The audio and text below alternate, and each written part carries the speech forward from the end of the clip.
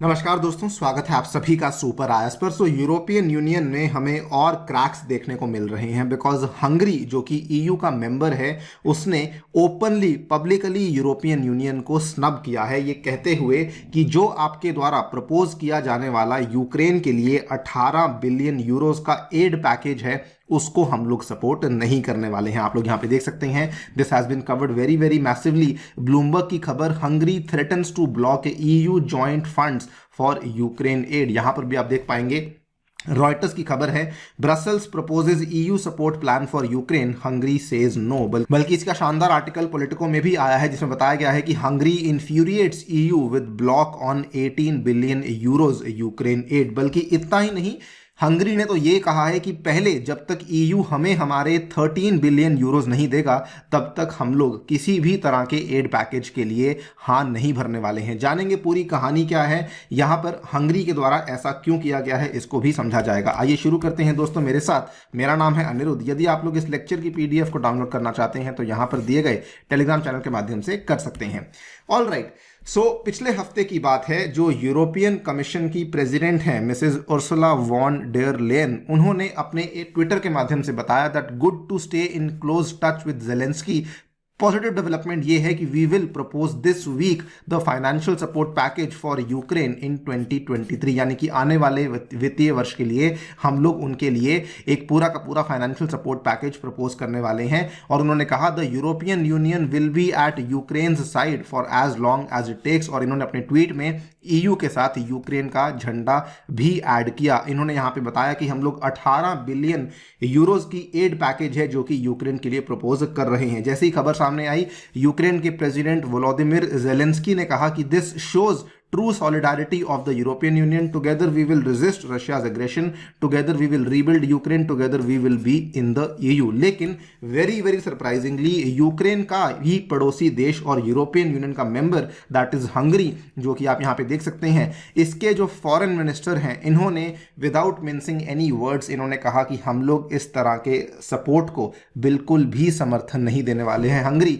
Refused to support the joint assistance. Hungary के जो foreign minister हैं मिस्टर पीटर सिजाटो, इन्होंने कहा that the Hungarian government objects to the European Union's decision, और हम लोग इस चीज के बिल्कुल भी फेवर में नहीं है। आप लोग यहां पे देख पाएंगे, Hungary would not back the EU's efforts to provide funding to Ukraine during the ongoing war from the jointly raised funds. तो यूरोपियन यूनियन के पास एक जॉइंटली रेज्ड फंड्स का पूरा एक पैकेज है, वहां से बेसिकली लोन्स ऑफर किए जाते हैं दूसरी कंट्रीज को, लेकिन हंगरी ने कहा है कि हम लोग इस चीज को सपोर्ट नहीं करेंगे। और ये काफी बड़ी खबर इसलिए बन जाती है बिकॉज अगर कोई भी एक कंट्री मना कर देती है पैकेज पे साइन करने से तो उस केस में पैकेज आगे नहीं बढ़ पाता है। और अगर हंगरी यहां पे मना कर रही है तो इसका मतलब यह है कि यूक्रेन को पैकेज नहीं मिल पाएगा, और इसका मतलब यह भी है कि आने वाले टाइम में जो पूरी रशिया यूक्रेन की सिचुएशन है इसको सिग्निफिकेंटली ऑल्टर कर सकता है ये वाला फैसला जो कि हंगरी की गवर्नमेंट के द्वारा लिया गया है। जैसे ही चीज सामने आती है, ऑब्वियसली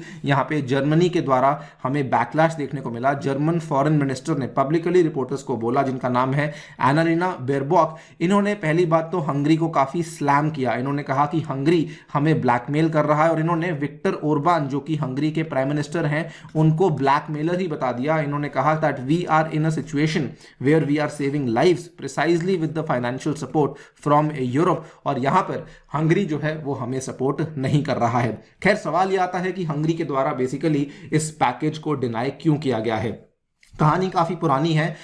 बेसिकली जो यूरोपियन यूनियन है वो हंगरी के ऊपर कई सारे आरोप लगा चुका है कि हंगरी में हमें बहुत ज़्यादा करप्शन देखने को मिलती है, हंगरी में हमें लैक ऑफ मीडिया प्लुरलिटी देखने को मिलती है, और यहाँ पर जो इमरजेंसी पावर्स है उसका गलत इस्तेमाल किया गया है। बल्कि इसी पर्टिकुलर आरोपों के चलते यूरोपियन यूनियन की जो पार्लियामेंट है उन्होंने सितंबर 2022 में एक वोट करी थी, जिसमें कि उन्होंने ये घोषित कर दिया उस वोट के बाद कि हंगरी एक फुल डेमोक्रेसी भी नहीं है। उन्होंने कहा कि हंगरी एक हाइब्रिड रेजीम है जिसमें कि हमें इलेक्टोरल ऑटोक्रेसी देखने को मिलती है, जो कि यूरोपियन यूनियन के जो डेमोक्रेटिक नॉर्म्स हैं उनको सीरियसली ब्रीच करती है। आप लोग यहां पे देख पाएंगे ये वाली खबर 16 सितंबर की आपके सामने है, जिसमें बताया गया कि Hungary is no longer a full democracy. ये यूरोपियन यूनियन में रेजोल्यूशन को पास किया गया था। इनफैक्ट कहानी इतनी बिगड़ चुकी थी कि यूरोपियन यूनियन ने यह कहा कि जब तक आप लोग अपने रूल ऑफ लॉ में सुधार नहीं लेकर आएंगे, जब तक आप लोग कुछ रिफॉर्म्स को नहीं लेकर आएंगे, तो हम लोग आपकी जो 7.5 बिलियन डॉलर की फंडिंग है उसको यहां पे रोक देंगे। ऑब्वियसली हंगरी इस चीज से काफी फ्रस्ट्रेट हो चुका था, क्योंकि ये कहानी कोई नई कहानी नहीं थी, ऑलमोस्ट 1 साल से ये कहानी चल रही थी।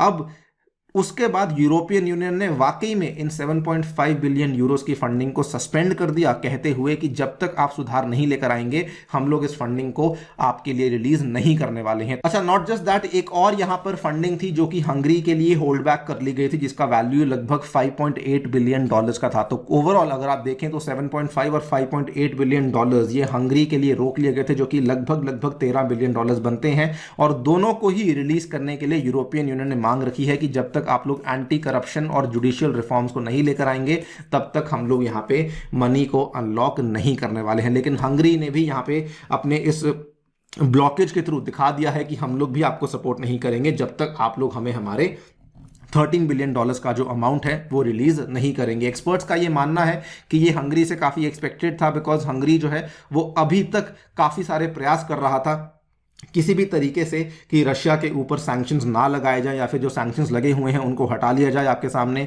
आप बार बार देख सकते हैं हंगरी ने डिमांड किया that EU lift sanctions on 3 Russian oligarchs. उसके बाद सितंबर में कहानी आई थी कि हंगरी के पीएम ने कहा था for lifting EU sanctions on Russia by the end of this year. बल्कि उन्होंने तो ये भी कहा कि सैंक्शंस की वजह से जो यहाँ पर एक लोकल कॉन्फ्लिक्ट था उसको आपने ग्लोबल इकोनॉमिक वॉर में तब्दील कर दिया है। इनफैक्ट हंगरी ने साफ साफ मना किया कि रशिया के न्यूक्लियर सेक्टर के ऊपर तो हमें सैंक्शंस लाने ही नहीं चाहिए। इनफैक्ट हंगरी के द्वारा हंगरी के कंट्री में रशियन बिल्ट न्यूक्लियर रिएक्टर्स की कंस्ट्रक्शन स्टार्ट हुई है, and that has happened entirely in August 2022, जब यहां पे हमें ये टेंशंस देखने को मिल रही थी।